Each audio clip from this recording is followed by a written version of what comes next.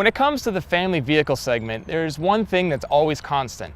Whatever's cool today becomes tragically uncool tomorrow.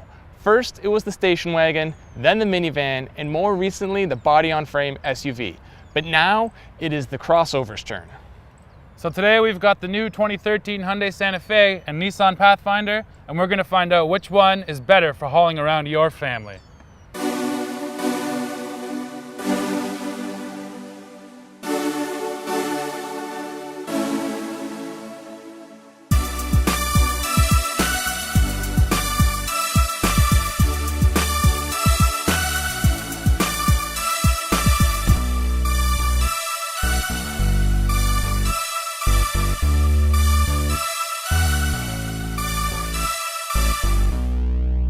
Powering the 2013 Pathfinder is Nissan's tried and true 3.5-liter V6. In this application, it produces 260 horsepower and 240 pound-feet of torque. Power is sent through a continuously variable transmission, which can be paired to either all-wheel drive or, for the first time ever in a Pathfinder, front-wheel drive. Fuel mileage is rated at 19 miles per gallon city and 25 miles per gallon highway for all-wheel drive models, while two-wheel drive models are rated at 20 miles per gallon city and 26 miles per gallon highway. The 2013 Pathfinder starts at a base price of $28,650, while our fully loaded Platinum Premium 4x4 came in at $44,295 after destination charges. Under the hood of the Santa Fe is a 3.3-liter V6 that makes 290 horsepower and 252 pound-feet of torque. All trim levels of the Santa Fe are available with either front-wheel drive or all-wheel drive, and both of them are paired to a 6-speed automatic transmission. Fuel economy for the Santa Fe is rated at 18 miles per gallon city and 25 miles per gallon highway for front-wheel drive models, while you stick the all-wheel drive in there and you'll get 18 miles per gallon city and 24 miles per gallon highway. Pricing starts at $28,350 and tops out at $37,750 for our fully loaded, limited technology all-wheel drive.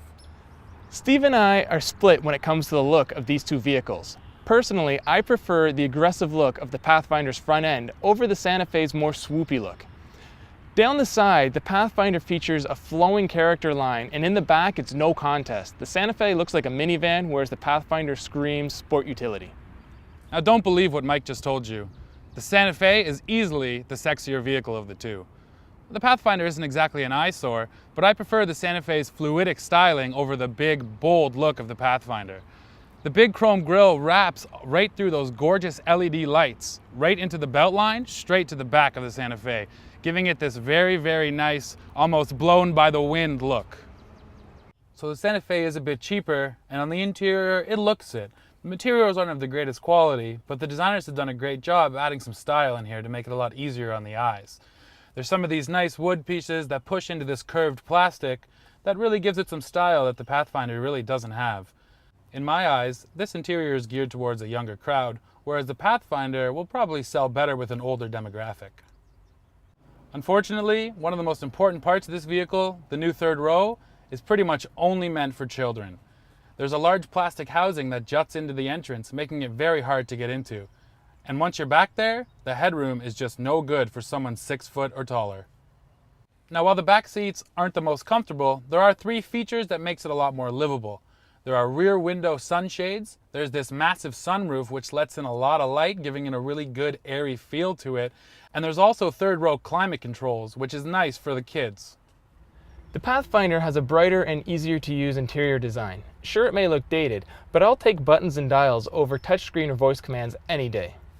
The Pathfinder is much more expensive than the Santa Fe, and it's reflected in the materials. The leather used on the steering wheel is really rich feeling, and all these buttons and controls feel great.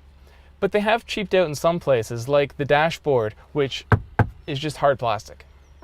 Behind the front seats, the Advantage is all Nissan. Unlike the Santa Fe, when you get the fully loaded model, you still have 7 usable seats. And the third row is actually designed for adults. Despite giving up an inch in legroom, the seating surface is more comfortable and there is additional headroom that lets me fit back there. Add in a larger cargo hold, and the Pathfinder wins in utility hands down. To drive, the Santa Fe does have plenty of power. It makes more horsepower and it's lighter than the Pathfinder, so it's definitely the quicker of the two vehicles. Unfortunately though, the throttle response is actually a little better in the Pathfinder, surprising considering it's a CVT. In terms of driving dynamics, neither of these are sports cars, but the Santa Fe definitely has a much more vague feeling, whereas the Pathfinder has really good steering wheel weighting and feels planted to the ground. One thing I do like about the Santa Fe is the steering modes. You can choose normal, sport, or comfort, and it adjusts the weighting on the steering wheel. All three of them still feel a little bit electric power steering, a little bit fake, but at least it's nice to have the option. And as I mentioned before, the center stack in the Santa Fe, it's definitely a little more stylish than in the Pathfinder, but the Pathfinder is just easier to use. The steering wheel controls actually control the touchscreen in the Pathfinder, whereas in the Santa Fe, you have no choice. You have to touch the screen. So while driving, it can actually offer a little bit more distraction. Both of these crossovers can be locked into all-wheel drive, but only the Pathfinder allows you to lock it into two-wheel drive mode. A weird omission though on both vehicles is any sort of blind spot monitoring system. You'd expect it to be on something this size at this price. When it comes to parking, the Pathfinder trumps the Santa Fe once again. Although the Santa Fe does feature a backup camera, this one features Nissan's around view monitor as well as a forward-looking parking camera. Of these two, the Pathfinder is simply the best bet. Even though it's more expensive, those features are really worth it. It offers a better driving feel, it has a much nicer to look at interior, and the third row is easily accessible, even for adults as big as me. And that makes the Pathfinder the status symbol for suburban families, at least until three-row crossovers become uncool.